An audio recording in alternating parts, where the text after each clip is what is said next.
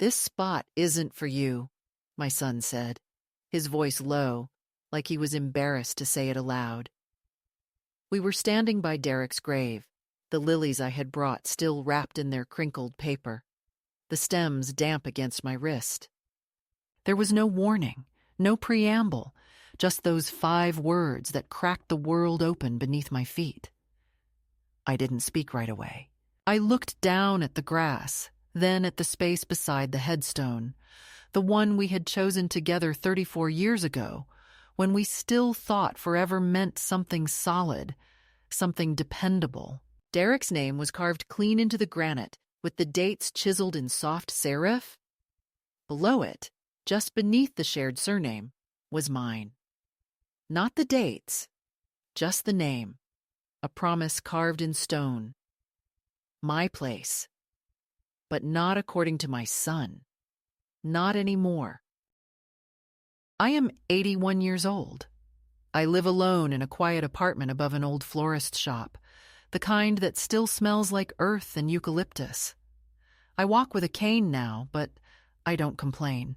My knees ache, but not as much as my heart has these past few years. I come to the cemetery once a month, always on the 3rd Wednesday, and I always bring lilies, Derek's favorite. He used to joke that they smelled like old perfume and quiet apologies. That day, I came not just to visit him, but to ask Father O'Connell if I could confirm the paperwork for the second plot. I didn't expect it to be a question. I didn't expect to be told gently, with that polite clerical concern, that my son had requested a reallocation of the adjoining site.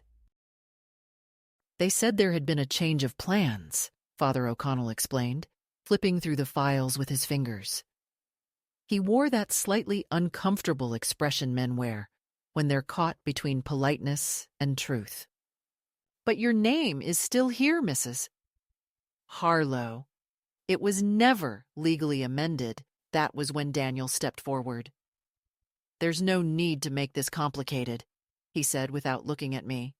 "We've made new arrangements. This spot isn't for her anymore. Not Mom, not Mother. Her." Like I was some distant relative who had wandered into the wrong pew at a family funeral. The priest looked at him, then at me. "The original deed is in her name," he said, careful, slow. "Nothing has been officially changed." Daniel didn't argue. He just shifted his weight and said, "We'll sort it out later." I stood there, my coat still buttoned, my purse in my hand like I was on my way somewhere else. The lilies drooped slightly in the breeze. I don't remember much of what was said after that. I think the priest excused himself. Daniel said something about getting lunch. I didn't go with him. I stayed. I sat on the little stone bench near the hedge and stared at the name I used to sign on permission slips and birthday cards and tax documents. Harlow. It used to feel like home. Now it felt borrowed, like something I'd have to return. I suppose I should explain what came before that moment. I should tell you how a woman ends up standing at her husband's grave while her only son politely suggests she no longer belongs next to him. But there's no single answer. That's the thing no one tells you about being erased. It doesn't happen all at once. It happens slowly, like rust on a hinge, like fog on a mirror. One day, you wake up and realize your voice has been dialed down to a whisper in rooms where you used to be the center. And you think, maybe it's just aging. Maybe it's just the way things go. You don't realize it's personal until someone speaks about your own body, your own name, your own grave, as if you were already gone. Daniel wasn't always like this. He used to be the boy who cried when I left for night shifts. He'd wait by the window with a blanket around his shoulders, holding a flashlight like a sword. He called me his lighthouse. That's what he said when he was 6. "You're my lighthouse, Mom. I always know where home is because of you." Somewhere between then and now, I became the draft in the hallway, the creaky stair, the voice from the other room that people learned to tune out. And still, I loved him. I forgave him. I understood stress and mortgages and wives who don't want your mother too close to the family calendar. After Derek died, I held on to the few things that made me feel tethered to something real. The lilies, the cemetery visits, the side of the bed I no longer touched. I didn't ask for much. Just a spot. A square of earth beside the man I spent 49 years with. I didn't even tell Daniel I was coming that day. I thought maybe if I handled it quietly, there'd be less resistance. I didn't expect him to show up at all. I certainly didn't expect him to speak for me. What no one tells you is that the betrayal doesn't feel sharp. It's not a knife. It's a dimming, a narrowing of air. It feels like sitting in a room that used to echo with your laughter and realizing the walls have been repainted in colors you don't recognize. It feels like watching your name be spoken in the past tense, even while your heart still beats. When Daniel walked away that day, he didn't hug me. He didn't ask if I needed a ride home. He just said, "We'll talk later," the way people do when they want to end something without admitting they've already ended it. I stayed at the cemetery until the wind picked up, and the leaves began to move like whispers. Then I picked up the lilies and rewrapped them, tighter this time. Like maybe if I held them right, they wouldn't fall apart on the way home. I didn't tell anyone about the priest's expression or Daniel's words. Not right away. I went home and made tea. I sat in the armchair by the window, the one Derek bought me when I turned 70. It has a worn patch on the left arm where my elbow always lands. I held the teacup in both hands and stared at the wall across from me, where the sun hits just right at 4:30. That little square of light has always comforted me. But that day, it didn't come. Clouds, maybe. Or maybe just the weight of that sentence still ringing in my ears. This spot isn't for you. It was supposed to be. It always was. We chose it together, on a Sunday, after church. Derek had joked about how morbid it was to plan our graves while we were still healthy. But I liked the idea of being close, of knowing where I'd go. There's something soothing about certainty. And then Daniel decided it wasn't mine anymore. Just like that. Like a reservation canceled without notice. Like a name crossed off a list. You spend your whole life making yourself small so others can feel big. You soften your voice. You move aside. You wait for your turn. And then you realize the line you thought you were standing in was never moving toward you. You realize you were never even on the list. That's what that moment did. It didn't just take my spot in the ground. It took the idea that I had a place at all. And yet, in that same moment, something else started. Not rage, not grief, something quieter, something like clarity. I looked at Derek's name. I touched the edge of the stone, and I said, not out loud, but in my mind, they don't get to decide where I rest. They don't get to decide who I am. Not anymore. It happened the next morning, though in truth it had been happening for years in pieces so small I didn't see them stack. I was making oatmeal, the old-fashioned kind, the kind that takes real time. I had always believed in slow things. My kettle hissed, the spoon moved in circles. I wasn't crying, not yet. My body was steady, but my breath felt borrowed. That's when the phone rang. I let it ring twice. I didn't want to pick it up. I knew it would be Daniel. And it was. His voice was brisk, like he had somewhere more important to be. "Hey, Mom, about yesterday. I think you misunderstood. Not an apology, not even a pause, just the reshaping of events to suit the script he preferred. "We're just trying to be proactive," he continued, as if rearranging my burial was the same as organizing the garage. "Carla's been researching long-term options, and it just doesn't make sense to keep things the way they are. The plots are expensive. That space could go to someone who really needs it. Someone who really needs it." I stood at the stove, spoon in my hand, listening to my own son explain why my place beside my husband had become inefficient. I didn't answer right away. He filled the silence with words like logistics and estate planning. I stared at the bubbles rising in the pot, how they surfaced and broke without a sound. Finally, I said, "That space is already mine, Daniel. It was paid for. Years ago. You were in high school." He exhaled, that sigh he uses when I'm being difficult, when I dare to say anything that doesn't align with his vision of how mothers should behave. "It's not about money, Mom. It's about practicality. Carla found a place in Rockville with a family memorial stone. There's a whole row open. We could have something cohesive, something elegant, cohesive. Elegant. As if love came in matching granite." I didn't argue. I just hung up. There was nothing else to say to a man who thought graves were about aesthetics. I turned the burner off and poured the oatmeal into a bowl, but I didn't eat it. The idea of food felt obscene.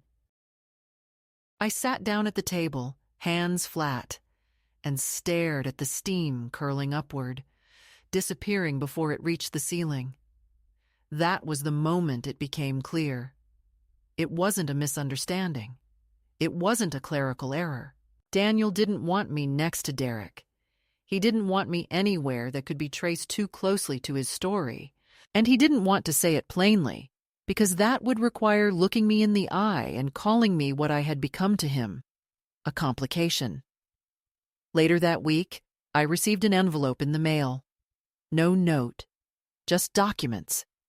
Prepaid funeral packages, brochures for cremation services, a checklist labeled end-of-life preferences, with boxes already ticked off in someone else's handwriting. Scrawled at the top in Carla's pen. We thought this might make things easier. Easier for whom? I turned the pages over, one by one, the kind of paper that feels like a contract before you've agreed. There was even a printout from a cemetery in Rockville, complete with a glossy photo of a tree-lined path and a caption that read, "Where legacy lives in tranquility." I wanted to laugh, but the sound caught in my throat. Legacy.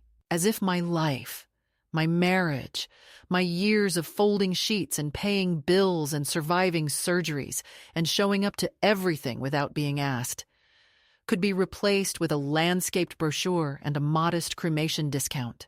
I went to my file cabinet and pulled out the original documents for the plot beside Derek's. I'd kept them in a blue folder marked Final Plans.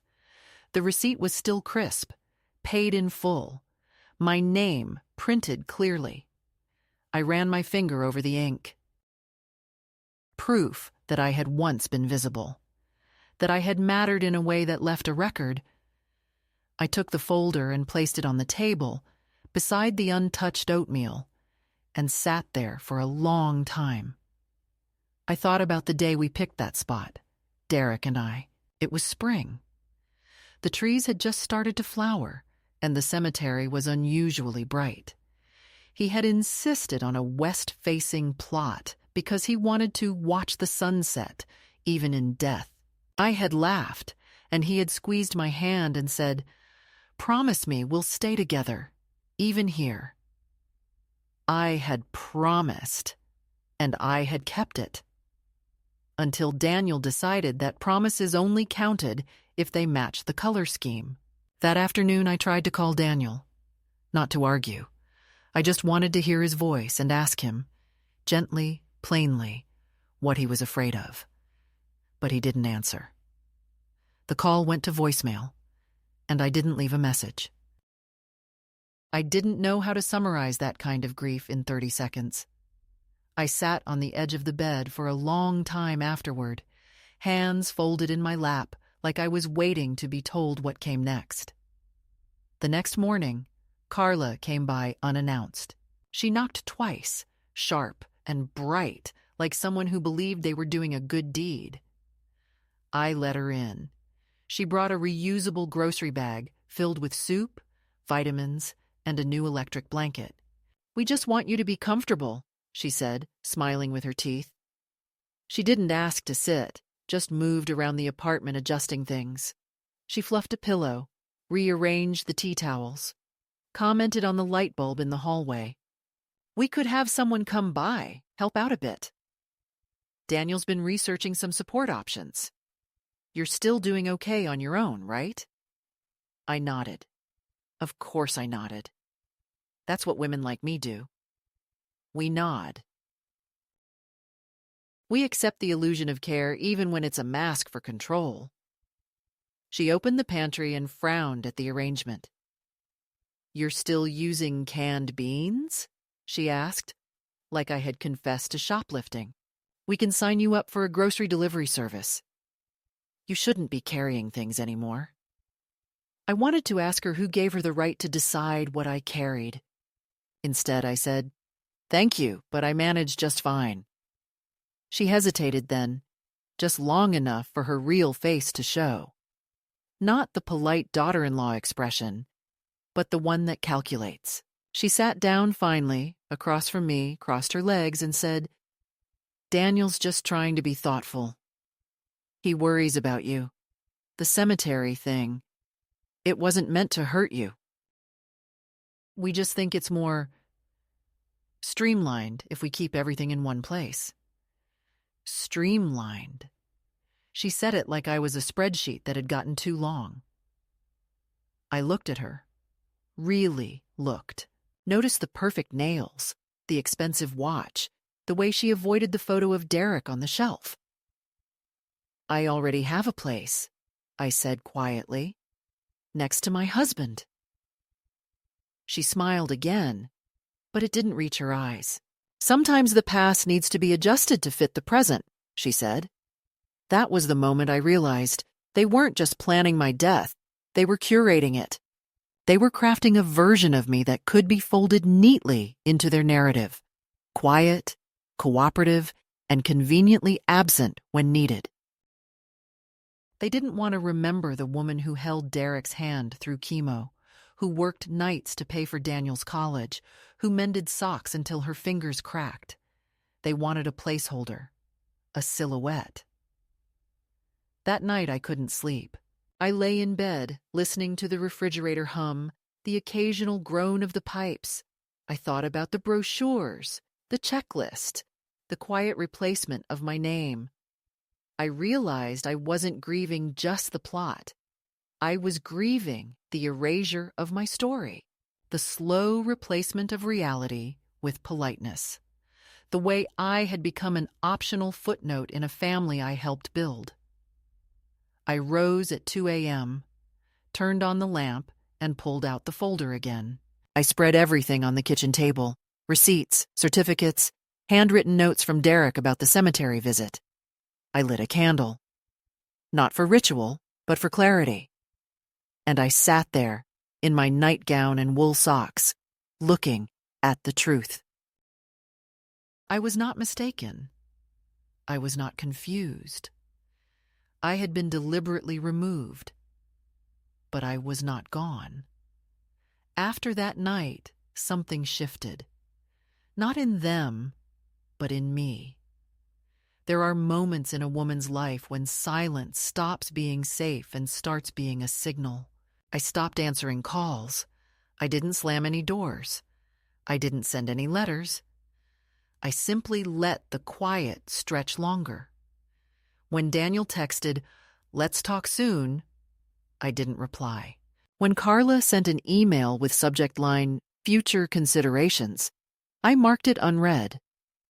I wasn't angry. Not yet. I was aware. And awareness is a strange kind of heat, like the slow burn beneath boiling water, not dramatic, but irreversible. I began noticing things I used to forgive. The way Daniel called only when he had something to solve. The way Carla's voice tightened when I mentioned Derek, as if grief had an expiration date and I'd let mine spoil. The way no one asked me how I was sleeping, whether I had enough groceries, what books I was reading. I was a problem to manage, not a woman to know. And slowly, I began to manage myself instead, on my own terms. It began with small acts. I went through the drawer where I kept old insurance policies and bank documents, not to update them, not yet, but to see whose names were where. I made a list, just pencil on paper, of everything that still bore my full name. I circled the things that didn't. I found a credit card I hadn't used in years, one that wasn't linked to Daniel's accounts. I tested it with a small online order, 3 books and a pair of wool slippers. It worked. That felt like something sacred. I opened the freezer and realized half the food in there had been brought by Carla. Meals to make things easier, all labeled with dates and microwave instructions. I threw half of it away. The rest I set aside in a bag and dropped at the church pantry the next morning. I bought ingredients for soup, the kind Derek used to like with lentils and cumin, and filled my apartment with the smell of my own memory. When the phone rang the next time, it wasn't Daniel. It was the parish secretary. Mrs. Harlow, she said. Father O'Connell wanted to confirm whether you're still listed on the double plot. There was another inquiry this morning from your son. I closed my eyes. Of course there was. I still hold the deed, I said. I'm not relinquishing it. She paused, respectful but cautious. Would you like us to add a note to the file?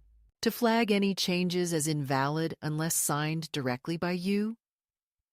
Yes, I said. Please. I could feel the tremble in my hand, even as my voice stayed steady. She thanked me and hung up. I stood in the middle of my apartment afterward and realized I was sweating, not from fear, but from the work of holding still while something inside me cracked open and reformed. A week later, a woman from Daniel's office called, not his secretary, someone higher up, his firm's estate liaison. She introduced herself with a voice like polished glass and said, "We're just reviewing some elder care documents for Mr. Harlow's mother, and we'd love your input to ensure everything aligns with your wishes." It was phrased like a question, but delivered like a script. I asked her what documents she meant. She mentioned power of attorney, living will, medical proxies. "We've been advised by the family that you may want help streamlining your paperwork," she said. That word again. Streamlining. I thanked her politely, said I'd need time to review everything, and hung up. Then I went to the bathroom and threw up. Not because I was sick, but because the realization hit in full. My son was quietly redrafting the boundaries of my personhood, one form at a time. I called a lawyer, not one from Daniel's world, not a firm with embossed business cards and mahogany desks. A woman named Nadine. She was recommended by the woman who runs the second-hand bookstore near the bus stop. Nadine's office was in a strip mall next to a dry cleaner, and her waiting room smelled like old carpet and lemon cleaner. But her handshake was firm, her eyes sharp. I told her everything, not dramatically, not as a plea, just as fact. She listened without interrupting, and when I was done, she said, "You're not the first mother they've tried to domesticate into silence." She helped me draft a new power of attorney, one that excluded Daniel entirely. We updated my will. We added a clause about burial wishes, specifically naming the plot beside Derek and attaching the original deed. She made copies and gave me a folder thicker than any I'd held in years. "Keep it somewhere obvious," she said. "People pretend to misplace things when they don't like the contents." After that meeting, I didn't go straight home. I took the bus across town, got off near the old library Derek and I used to visit on Sundays. It had changed. Fewer books, more computers, but the building still smelled like dust and thought. I walked slowly, letting my cane click against the tile. I wasn't sure what I was looking for until I saw it. A poetry book we once read together, spine cracked, corners soft. I checked it out with my own card, the one I hadn't used in years, and sat on a bench outside, flipping pages. I didn't cry. I felt aligned, like something in the world had finally tilted back into a shape I could recognize. The next few days passed without calls. I think Daniel sensed the shift, or maybe he was just busy. I didn't care. I started walking in the mornings again, even if only a block or two. I went to the bakery and bought the same loaf of bread every Thursday. I chatted with the girl behind the counter, who wore too much eyeliner and always asked about my day. I opened my windows more. I dusted the piano. I let music play during dinner. Nothing dramatic, nothing revolutionary. But every small act was a stitch in the fabric I'd been told I no longer needed. One afternoon, Carla showed up again. No warning. She brought me a new phone. "With better visibility," she said, placing it on the table like a gift. I looked at it. "Did I ask for a new phone?" I asked calmly. She hesitated. "We just thought it might be easier to stay connected. The old one doesn't have location sharing." I smiled. Not cruelly, not even coldly. Just with the kind of smile that says, "I see you." "My whereabouts aren't a problem," I said. "My boundaries are." She blinked, clearly not used to that tone from me. "We're just trying to help," she said again, the mantra of people who can't hear their own footsteps over the line. I nodded. "Help is something you offer, not enforce." She didn't stay long after that. And she didn't take the phone with her. That night, I made tea and watched the streetlight flicker against the sidewalk. I thought about Derek, about the way he used to say, "The world gets quieter when you stop asking it to understand you." I understood it now. I wasn't looking for understanding anymore. I was looking for alignment, for proof that I still existed outside the version my son preferred. I opened Nadine's folder and ran my fingers over the signatures. I felt like a woman who had signed herself back into her own story. I didn't tell Daniel about the lawyer. I didn't need to. It wasn't revenge. It wasn't defiance. It was clarity, sealed and notarized. I went to the cemetery again the following week, alone. The lilies were fresh. The wind was low. I stood by Derek's grave and placed my hand against the stone, then opened my coat pocket and slipped the new deed copy into the tiny brass capsule they allow for memorial keepsakes. It fit perfectly. Not as a secret, as a signature, as a vow. I wasn't done yet, but I was beginning. It was around that time I stopped marking the calendar. The little red pen I used to circle doctor's appointments, family visits, and delivery days remained tucked in the drawer, untouched. There was something liberating in not tracking time for anyone else. I no longer had visitors to prepare for or reminders to send. The silence in my home began to feel less like absence and more like ownership. I woke when I pleased. I went to bed without ceremony. I wore what was warm, not what looked agreeable. The air in the apartment changed. Not literally, but emotionally. It no longer waited for them. It waited for me. One Thursday afternoon, I pulled out the sewing box I hadn't opened in years. It still smelled faintly of cedar and mothballs. Inside were neatly wound spools of thread, buttons in small plastic bags, a tape measure curled like a sleeping cat. I mended the frayed edge of my winter scarf and then, without quite meaning to, began stitching a small square of fabric with my initials.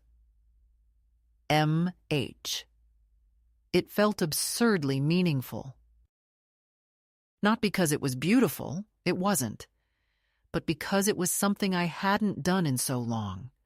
Something without purpose, without audience, a mark of presence.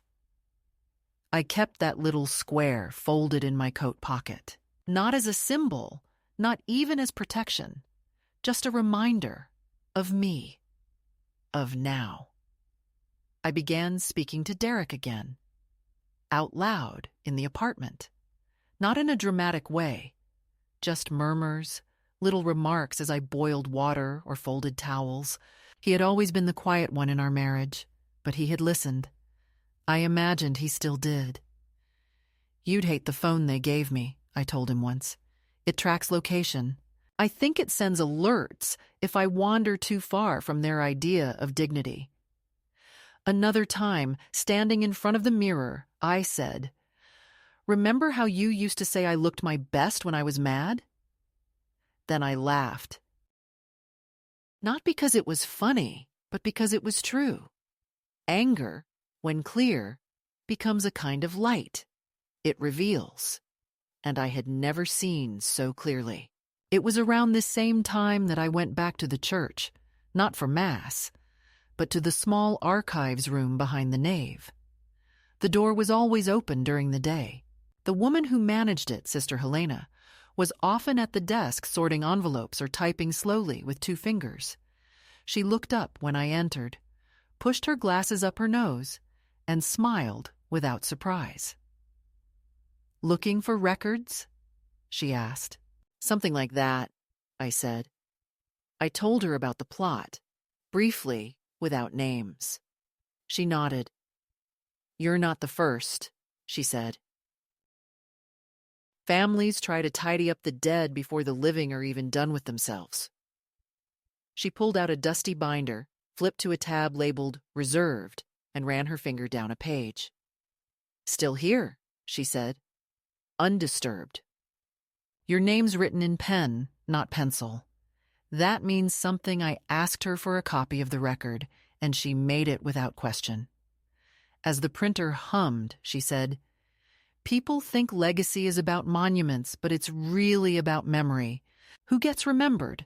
And how I nodded, folded the paper, and tucked it into the same folder Nadine had helped me build. My little war chest of identity. Before I left, Sister Helena added, "The strongest women I've met are the ones who stopped asking for permission." I didn't answer. I just held her gaze and felt something rise in my chest. Not pride exactly, but its quieter cousin. Clarity. The clarity didn't arrive like thunder. It came the way fog lifts, quietly, with patience. I began to look at everything in my home as if seeing it for the first time. The dent in the sugar jar, the hairline crack in the bedroom window, the photo of Daniel at age 7, still crooked in its frame. I didn't take it down. I just stopped expecting it to speak for a person he no longer was. I cooked smaller meals. I lit candles in the evening, not for guests, but for atmosphere. I stopped watching the news. I began rereading old books, not for plot, but for the sentences I had underlined in my 30s and forgotten. In the margins, I had written things like yes and me too and someday. I traced those words with my thumb and whispered, today. One morning, I took the long way to the bakery and walked past the old community center. On impulse, I went inside. The receptionist looked up with a pleasant confusion, the way people do when the elderly arrive without agenda. "Can I help you?" she asked. "I used to take sewing classes here," I said. She smiled. "Still do. Monday mornings." "You're welcome to drop in," I did. The room smelled like fabric and effort. The other women were mostly younger, mostly tired-looking, but kind. I stitched a new square with my name, not initials this time. The whole thing. Martha, in pale blue thread. One of the women leaned over and said, "That's a beautiful name." "I hope someone still calls you that." I nodded. "I do," I said. "I call myself that." That night, I sat on my balcony with a cup of tea and watched the neighbor's cat move between bushes like a shadow with a schedule. I thought about how long it had been since anyone asked me about joy. Not contentment. Not health. But joy. I asked myself. Aloud. "Martha, what brings you joy?" The answer came not in a rush, but in layers.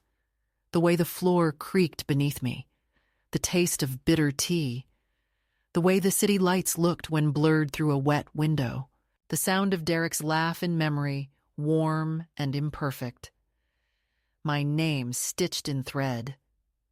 A folder filled with documents that said, "I exist, I chose, I signed." I didn't tell Daniel about the sewing classes.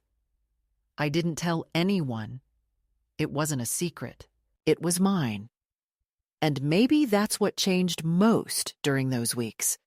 Not the facts of my life, but the ownership of them. I no longer waited for calls.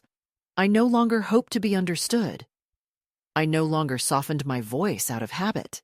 I wore the scarf I mended. I walked without location tracking. I held my own name in my mouth and found it still fit. It started with a letter in the mailbox, cream-colored and slightly bent at the corner. No return address. Only my name in handwriting I hadn't seen in years. I stood with it in my hand for several minutes before going inside. I didn't open it right away. I placed it on the counter, made a cup of tea, sat at the table, and stared at it as if it might say something first. When I finally peeled back the flap, the air around me changed. 6 pages, densely written in Daniel's handwriting, controlled, slightly slanted, unmistakable. It wasn't a letter, it was a case.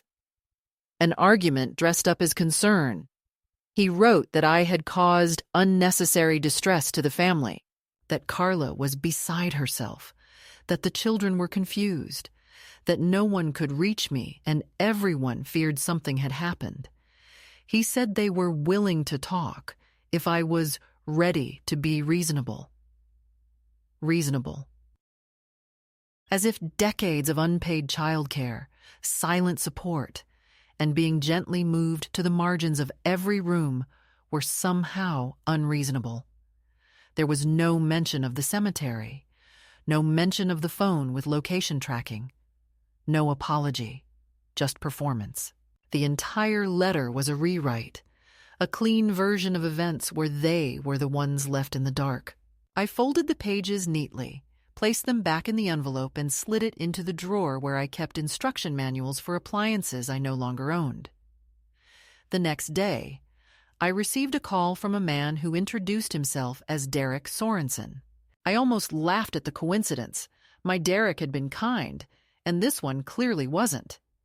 He said he was a legal representative acting on behalf of concerned family members. He asked if I was safe.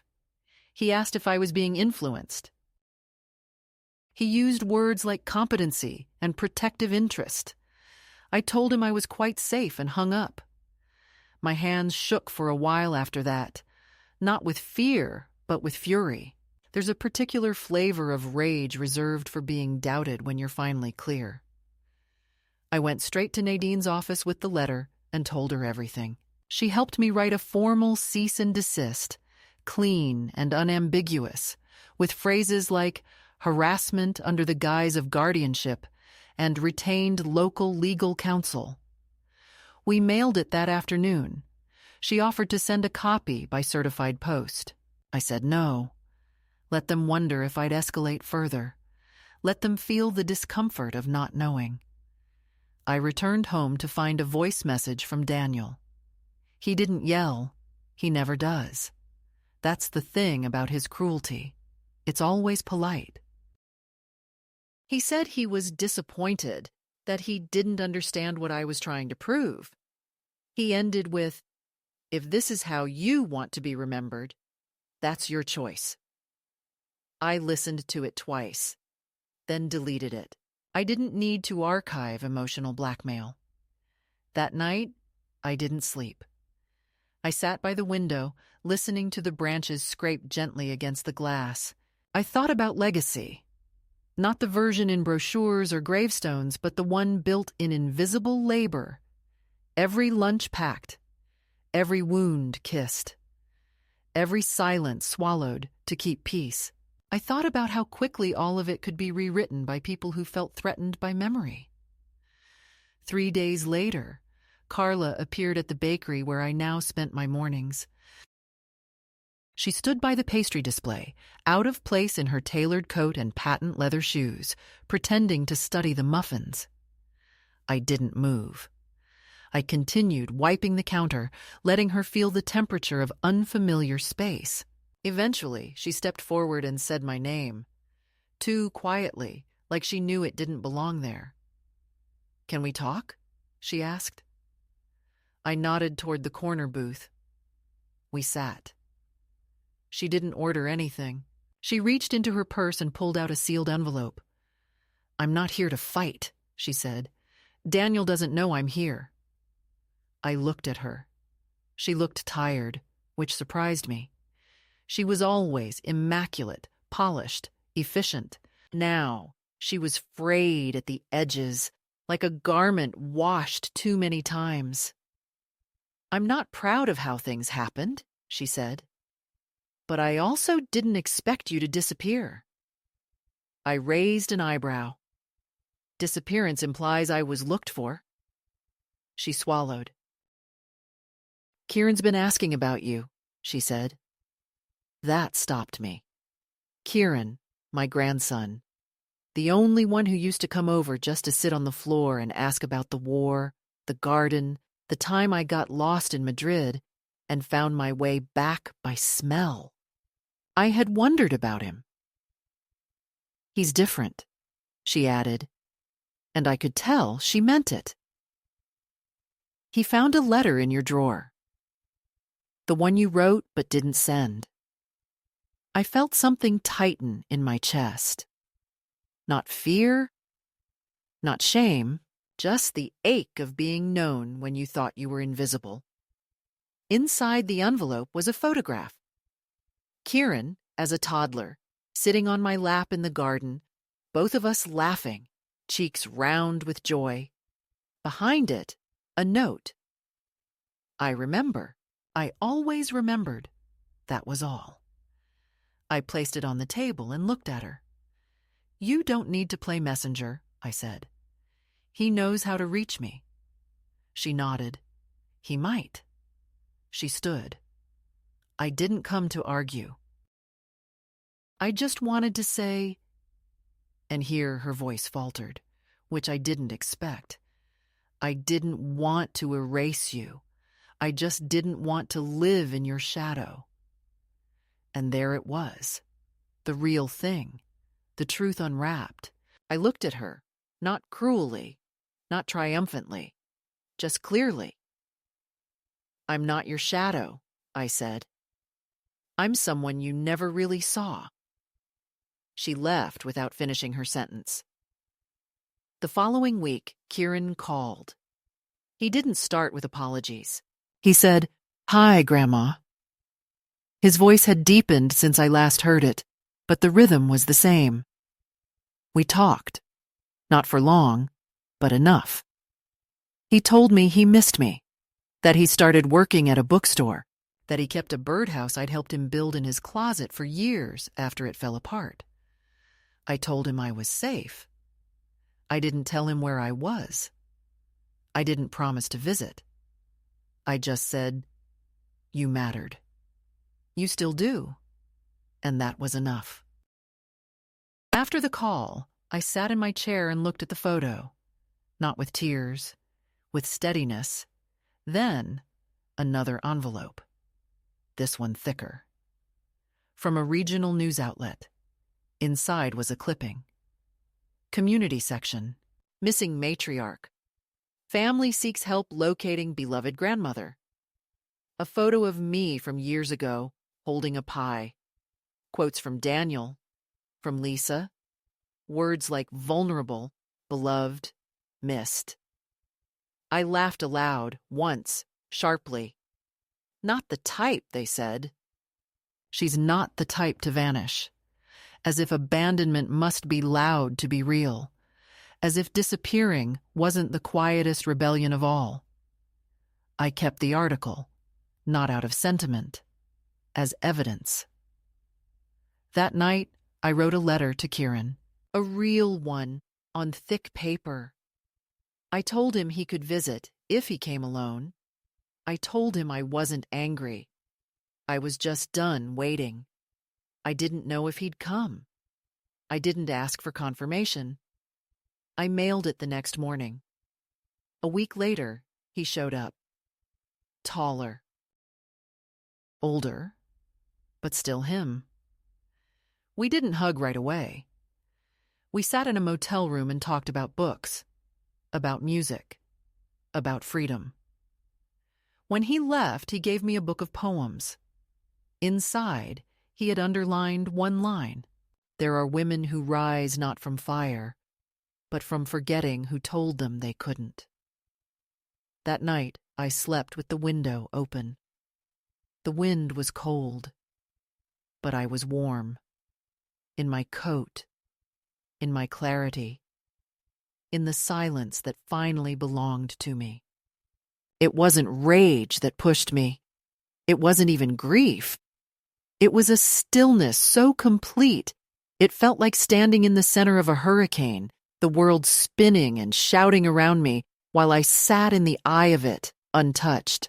Something inside me had long stopped begging for approval. What I needed now wasn't their permission. It was their acknowledgement. Not as a mother or a matriarch or a sentimental footnote in someone else's obituary plan, but as a woman whose name had been carved in stone by her own choice, not theirs. I waited until the first frost passed. The earth would be firm, but not frozen. I wore my thick coat, wrapped a scarf around my neck, and took the folder, my folder, the one Nadine had helped me build, and left the apartment before sunrise. I didn't tell anyone I was going. I didn't need to. The cemetery was empty when I arrived. The air was sharp with that metallic taste that only comes in early winter, and the sky was pale, washed in the color of porcelain. I carried with me a thermos of tea, a small chair, and the envelope from the church archives. Everything was methodical.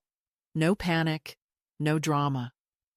I set the chair beside Derek's grave, placed the folder on my lap, and began. I unfolded the updated will, the notarized burial directive, the original deed, and the certified copy from Sister Helena. I spread them out across the grass like offerings, sacred and undeniable. Then I opened the thermos and poured a cup of tea, letting the steam warm my hands. I sat like that for nearly an hour, waiting. At exactly 9 o'clock, Father O'Connell arrived. He was surprised to see me. He said so, but he smiled. "You've come prepared," he said. "I've learned the only language people don't argue with is paper," I replied. He chuckled, then grew serious. "They've called?" "More than once, asked about revisions, said they had your consent." I nodded. "They didn't." He knelt beside the documents, adjusting his glasses, and read each one. Slowly, thoroughly. "Everything here is valid," he said at last. "Legally, morally, spiritually, this plot is yours." He paused, looking over the headstone.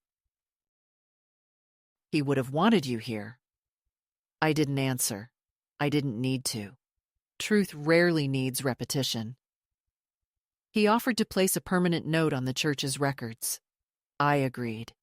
Then I asked if I could leave a sealed envelope in their vault, a copy of everything, with instructions to be released only upon my death. He agreed to that too. "Families change stories," he said gently, "but paper doesn't forget." Before he left, he placed a hand on my shoulder. "You don't have to fight anymore, Martha." I looked at him then, really looked. "I'm not fighting," I said. "I'm finalizing." Later that afternoon, I walked to the notary's office, an old storefront with faded signs and plastic plants in the windows. The woman behind the desk remembered me. She greeted me by name. That meant something. I handed her a single-page statement I had written by hand the night before, titled, "On the Subject of Final Belonging." It wasn't poetic. It was clear. I, Martha Harlow, of sound mind and independent choice, declare that the burial plot beside my husband is mine by right of legal purchase and marital intention, and that any future attempts to alter this arrangement without my direct and written consent are to be considered fraudulent, coercive, and without standing. It ended with a sentence that took me the longest to write. I do not consent to being replaced, rewritten, or relocated.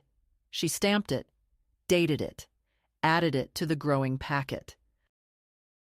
I walked home in silence, but my steps felt louder than they had in months. I didn't tell Daniel. I didn't tell Carla. They would find out eventually, and I no longer needed to be there when they did. But I did write a letter, not to them but to Kieran. I told him what I had done. I enclosed a copy of everything. I told him that legacy isn't made of gravestones but of decisions, of the way we insist on being seen even when the world dims the light around us. I told him he didn't need to protect me, but he did need to remember me accurately. He called 2 days later. He said, "You're the bravest person I know." I told him, "I'm not brave. I'm tired of pretending I don't exist." He laughed, then paused. "That's the same thing, isn't it?" After that, I didn't wait for more envelopes. I didn't listen for the phone. I didn't return to the church for weeks. I didn't have to. The thing about a climax is that it doesn't always feel like thunder. Sometimes it feels like quiet, like air returning to a sealed room, like a locked door clicking open and no one noticing because the sound is so small. I spent those weeks living the way I had always wanted, without performance. I read the books I wanted to read. I wrote letters with no intention of sending them.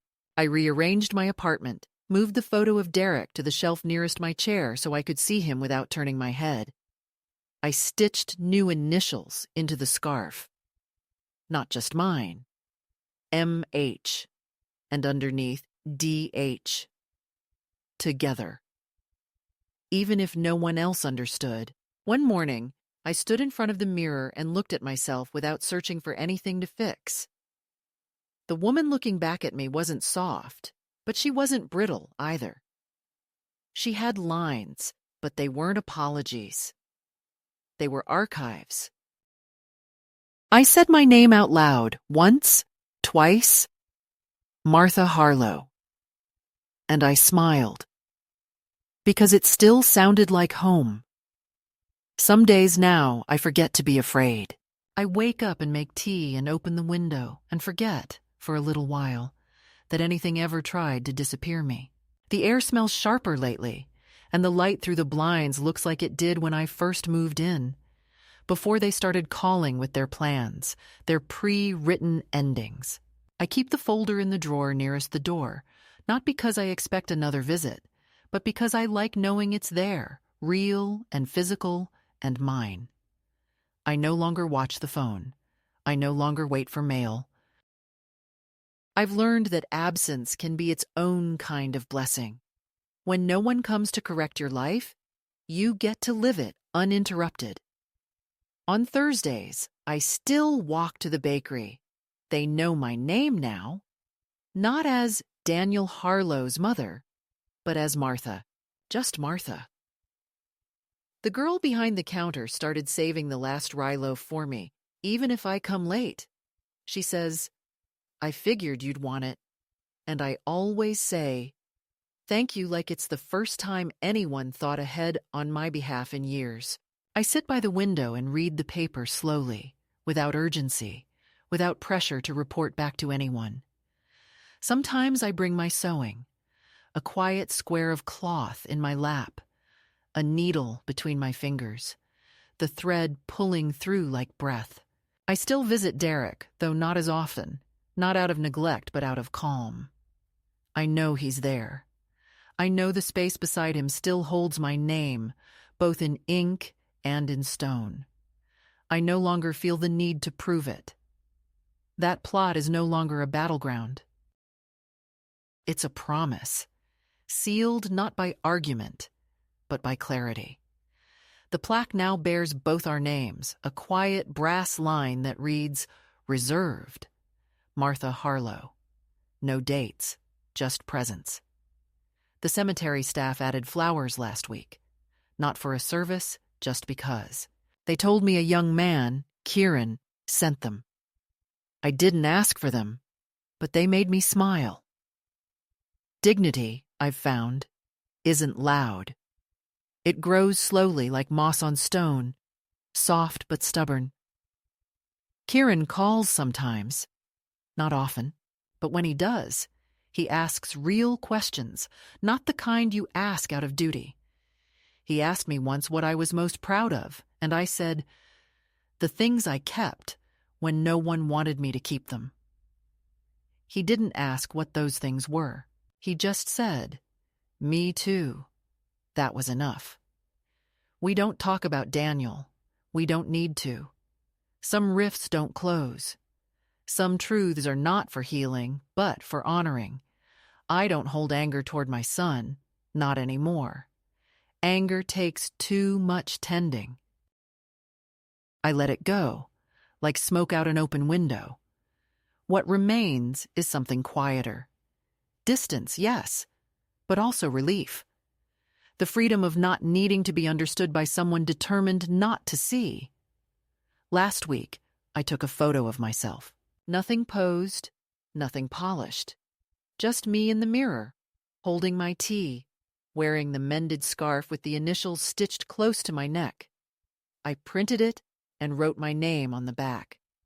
I put it in a drawer beside the folder. It's not for anyone else. It's just a record, not of beauty, not of legacy, of survival, of decision. A visual sentence.